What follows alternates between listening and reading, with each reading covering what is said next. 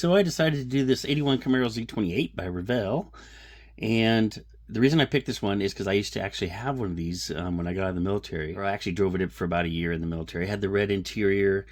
It basically looked exactly like this, except it didn't have the T-tops. Had the red interior, had the cowl induction hood and everything. So pretty cool. Now my rims didn't look this cool, but it was okay.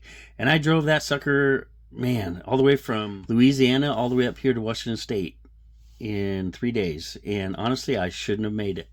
So let's take a look on the side real quick. And I figured this would be a great one. A lot of it because of, since we're not using paint, I love this decal sheet. It has a lot of color on it.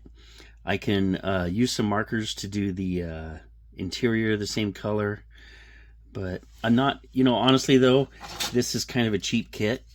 I was a little surprised it's not a snap together because even the wheels are plastic, which in today's day and age, I'm a little shocked about that. So, it has the typical motor that is, I believe, just kind of the bottom portion of it. Yeah, here's the base. So, there's really not a separate motor.